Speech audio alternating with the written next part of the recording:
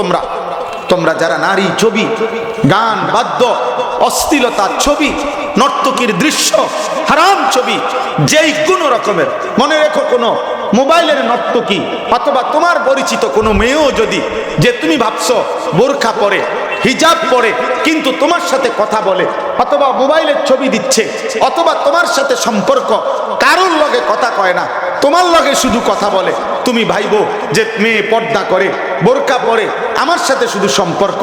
আল্লাহর কসম করে বললাম, বিবাহ বহির্ভূত যেই মেয়ে তোমার সাথে কথা বলে, চাই বোরকা না, ও যদি কম্বলও গায়ে দেয়, ও যদি ল্যাপ তোষকও গায়ে দেয়, এরপরেও ওই মেয়ে নষ্টা মেয়ে, চরিত্রহীন মেয়ে, লম্পট মেয়ে ছাড়া আর কিছু না। এটা বিবাহ বহির্ভূত সম্পর্ক তোমার লগেও হারাম, অন্য মানুষের লগেও হারাম। কথা বুঝেন নাই? বিবাহ বহির্ভূত হারাম, সম্পর্ক সবার সাথে হারাম। বোরকা পিন্দা করলেও হারাম, বোরকা খুললে হইলেও হারাম। এটা বোরকার কোনো দোষ না, ওই মেয়ের, ওই নারীর, তার খাসিয়তের দোষ, এটা বোরকার দোষ না। এটা বোরকা অপরাধ করে না, বোরকা অপরাধ করে না, অপরাধ করেছে ও, তার ব্যক্তিগত চরিত্রের দোষ, এটা তার আখলাকের দোষ। তা আল্লাহ বলেন, এই গানে আসক্ত, নারীতে আসক্ত, বাদ্যযন্ত্রে আসক্ত, নাচ গানে আসক্ত, এই মানুষ যেগুলো নাটক সিনেমায় আসক্ত, টেলিভিশন, মোবাইল, এতে আসক্ত, আল্লাহ বলে এদের মূল চরিত্র হলো ওয়াইজা তুতলা আলাইহি আয়াতুনা, এদের সামনে যখন আমার কোরআন বলা হয়, ওয়াল্লা মুস্তাকবিরান, তারা অহংকার করে মুখ ফিরায় না, আরেক দিকে ফিরে শুনবেন। কাআন লাম ইয়াসমাআহা কাআন্না ফি উযুনাইহি ওয়াকরা, আল্লাহ বলে তারা দুইটা ভাব দেখায় কোরআনের সামনে, আল্লাহর কথার সামনে দুইটা ভাব দেখায়। এক, যেন তারা শুনেই নাই। দুই, অথবা যেন বুঝায় সে আগের থেকেই কানে শোনে না, বধির, মানে তে কানেই শোনে না। দেখেন না, অনেক মানুষ আছে আখিরাত বললে, কবর বললে, ওযু নামাজ, সূরা কেরাত, দোয়া কালাম বললে, না হুজুর আমরা গ্রামের মানুষ, সাধারণ মানুষ, মূর্খ সুরুক্ষ মানুষ, কোনো রকম দিন আইন না, কোনো রকম খাই, ইতা না আমরা কি আর পারমু, এগুলো বললে আর উনি পারে না। কিন্তু আপনি গ্রামে থাকেন, তাহলে আপনি মূর্খ মানুষ, আপনি গোশত দিয়া ভাত খান কা? মূর্খ মানুষ তো সবসময় শুধু ডাল দিয়া না ভাত খাবেন, কথা বলেন না কেন? আপনি যেহেতু মূর্খ মানুষ, গ্রামের মানুষ, আপনি টাইলস লাগালেন কেন? মূর্খ মানুষের আবার কিসের টাইলস? আপনি মাটিতে না থাকবেন, আপনি খাট বানালেন কেন? আপনি যে দুনিয়া বুঝেন 16 আনা, আখিরাত বুঝেন না 1 আনা, বিপদ আপনি তো আর বড় সে আনা।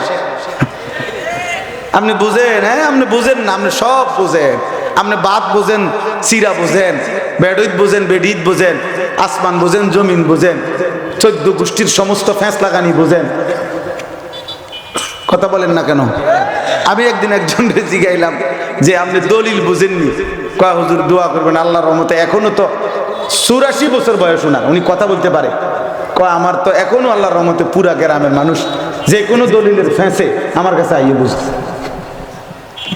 কি বুঝাটা বুঝে এবার উনি আপনি দুনিয়া এমন বুঝা বুঝলেন, আখিরাত বুঝেন না।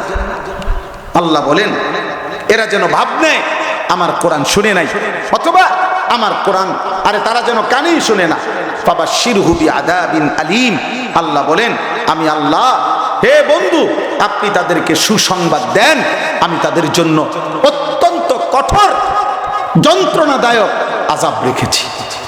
কোরআন থেকে বিমুখ দোস্ত, আমার এই শেষ কথা, এটা আল্লাহর কোরআন, রবের এই কালাম, যার প্রথম অক্ষর থেকে শেষ অক্ষর পর্যন্ত, প্রথম শব্দ থেকে শেষ শব্দ পর্যন্ত 1450 বছরে বন্ধু, শত্রু, আপনজন, দুশ্মন, ইমানদার, কাফের সবাই পরীক্ষা করছে, সবাই এটা গবেষণা করছে, সবাই দেখছে, সকলের কাছে এটা বন্ধুর কাছেও নিখুঁত, দুশ্মনের কাছেও নিখুঁত, এখানে কোনো ভুল নাই। কোনো সন্দেহ নাই, এখানে কোনো বেহুদা কথা নাই, সব কথা সুন্দর, সব কথা যৌক্তিক, সব কথা ইনসাফপূর্ণ, সব কথা পৃথিবীর পরিবেশ পরিস্থিতি যুগ চাহিদা সব কিছুর সাথে সামঞ্জস্যপূর্ণ।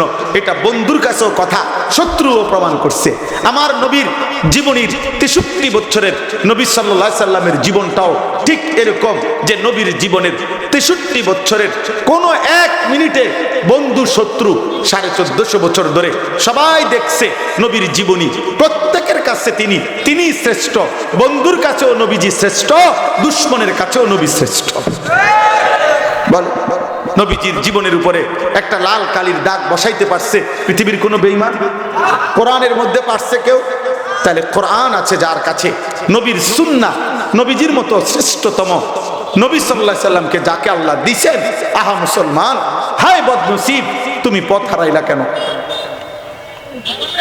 আল্লাহ যার রব, নবী মুহাম্মদ যার রাসূল, কোরআন যার কিতাব, ইসলাম যার ধর্ম, সে পথ হারাবে কেন? সে চরিত্রহীন হবে কেন? সে আল্লাহ ভুলবে কেন?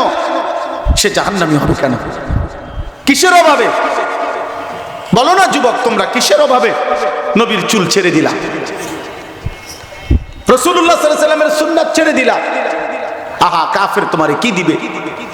বেঈমান তোমারে কি দিবে?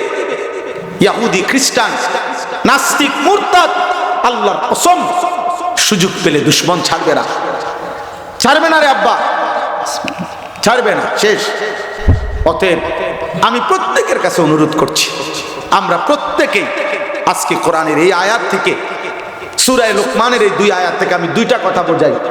এক, আমরা প্রত্যেকে গান, বাদ্য, গায়িকা, নৃত্য, নায়িকা, নর্তকী, এই নাটক, সিনেমার নাচ গান, যুবক ভাই, মোবাইল থেকে, টেলিভিশন থেকে অথবা রাস্তার বেপরদিগি থেকে আমরা নিজেকে হেফাজত করার সর্বোচ্চ চেষ্টা করব। বলেন ইনশাআল্লাহ? যুবক ভাই বলো ইনশাআল্লাহ। নওজোয়ান, 30 বছরের নিচে যাদের বয়স, তোমরা হাত উঠাও তো। 30 বছরের নিচে যাদের বয়স, দেখেন কি পরিমাণ, সুবহানাল্লাহ, মাশাআল্লাহ। এ তোমরা আলাদা নিয়ত করো, হাত উঠাও, বলো ইনশাআল্লাহ গান শুনবো না, নারী দেখবো না, হারাম ছবি দেখবো না, ইনশাআল্লাহ চোখের হেফাজত করবো ইনশাআল্লাহ। হাত দোস্ত, আমি একটা কথা বলি, তুমি আমার লোকের সাথে রসিকতা করো না। তুমি তোমার মতো আমার মতো 2-4 জন অপদার্থ যদি ইসলাম না মানে, আল্লাহ না মানে, আল্লাহও ঠেকবে না, ইসলামও ঠেকবে না। তোমার মতো আকামলা ছাড়াও ইসলাম বিজয়ী হবে। নবী সাল্লাল্লাহু আলাইহি সাল্লাম আবু জাহেলকেও বলছে, আবু লাহাবকেও দাওয়াত দিছে, আবু বকরকেও দিছে, ওমরকেও দিছে। আল্লাহ বলছে, বন্ধু বলেন আপনি সবাইকে, লোক নিমু আমি। বোঝেন না হিসাবটা? লোক নিবে কে? আল্লাহ। আমি লোক নেমু, যে দূর লাগবে, যাকে যাকে লাগবে, এটা আমার হিসাব, আপনি বলেন। ফলে আল্লাহ বলছে, বন্ধু আবু বকরকে আমি নিলাম, আবু জাহেলকে নিলাম না, আবু লাহাবকে নিলাম না, ওমরকে নিলাম। অথচ আবু বকর আবু জাহেল একই বংশ, আবু লাহাব ওমর একই বংশ, সবাই কুরাইশ, সবাই কুরাইশ, কিন্তু আল্লাহ কাউকে নিলেন, কাউকে নিলেন। এজন্য ইসলামের বিজয় হবে, মাহাদি আসবে, দাজ্জালও বের হবে, ইহুদিদের পতন হবে, মুশরিকের পতন হবে, বিশ্বময় আরেকবার ইসলামের পতাকা উড়বে।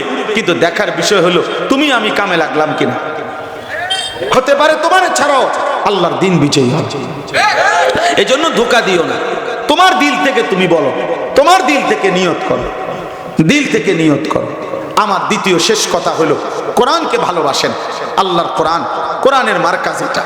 আমার ভাই মাওলানা কষ্ট করে এরকম রাস্তার পাশে নতুন করে এই মাদ্রাসা উদ্যোগ নিয়েছেন। আলহামদুলিল্লাহ, কোরআনের খেদমত হবে। অতএব প্রত্যেকটা মুসলমান আল্লাহর কোরআনের ভালোবাসায়, দ্বীনকে ভালোবাসলে মাদ্রাসা, বিশ্বাস করেন আমার শায়েখ বলে, উম্মতের শেষ আশ্রয়, উম্মতের শেষ ঠিকানা মাদ্রাসা। মাদ্রাসা, মাদ্রাসা একটি এলাকার পাওয়ার হাউস, বিদ্যুৎ স্টেশন। বিদ্যুৎ স্টেশন থেকে যেরকম সব বাড়িতে বিদ্যুৎ পৌঁছে, মাদ্রাসা থেকে প্রত্যেক ঘরে ঘরে আল্লাহর কোরআনের আওয়াজ পৌঁছবে।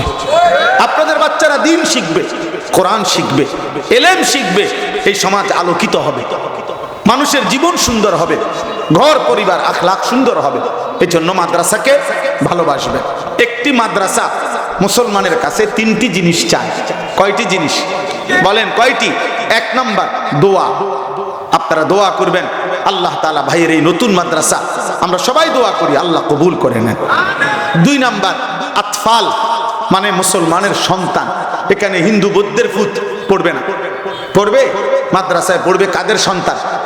আমাদের সন্তান, মুসলমানের সন্তান। অতএব মাদ্রাসার জন্য আপনারা নিজের সন্তান, নিজের আশপাশের বাচ্চা কাচ্চা অন্যকে বুঝাইয়া বলেও, আলহামদুলিল্লাহ আমার জীবনটা আমরা ছোটবেলায় নিজেরা যখন ছাত্র ছিলাম তখনও আত্মীয় স্বজনের চাচাতো ভাই মামাতো ভাইদেরকে বুঝাইয়া মাদ্রাসায় নিছি। আজকে তারা আলেম হইছে, আমরা আশা করি তাদেরও এলেমের বরকত সওয়াব নেকি আমরা পাবো ইনশাআল্লাহ। তাহলে আপনি আপনার সন্তান হোক, অন্যের সন্তান বুঝাইয়া হোক, আপনি মাদ্রাসায় ভর্তি করাবেন, বলেন ইনশাআল্লাহ। তিন নাম্বার আমওয়াল, মুসলমানের কিছু সাদাকা, মুসলমানের দান। মুসলমানের দান সাদাকা, তার নিজেরও বরকত আর মাদ্রাসার জন্য এটা মুসলমানের কাছে চাওয়া। এই জন্য আপনারা প্রত্যেকে, আমি অনুরোধ করছি, এই মাদ্রাসা আলহামদুলিল্লাহ মাদ্রাসা নতুন করে হয়েছে। মাওলানা সাহেব যথেষ্ট উদ্যমী মেহনতি মানুষ। আমার প্রিয় মাওলানা আব্দুল কাইয়ুম ভাই, আপনাদের গাঙ্গর মাদ্রাসার যিনি মোহতামিম, অতদ অঞ্চলে খুব বেশি পরিমাণ দ্বীনি ফিকির করে যিনি, আলহামদুলিল্লাহ উনি বললেন যে এই মাওলানা সাহেব যথেষ্ট আন্তরিক পরিশ্রম করে। তা আমি ওনারে এখন বলছি যে যে যা বলুক, আপনারা বলছি কিনা যে আমনের দরজায় লাগায় রাখবেন ফেস্টুন বানাইয়া। আমার একটা ব্যক্তিগত স্লোগান আছে, আমি সব সময় বলি যতজন যতখানে ঝামেলায় পড়ে, আমার কথা হইল সব, আমি বলছি লিখে রাখবেন, সব কথার এক জবাব মেহনত।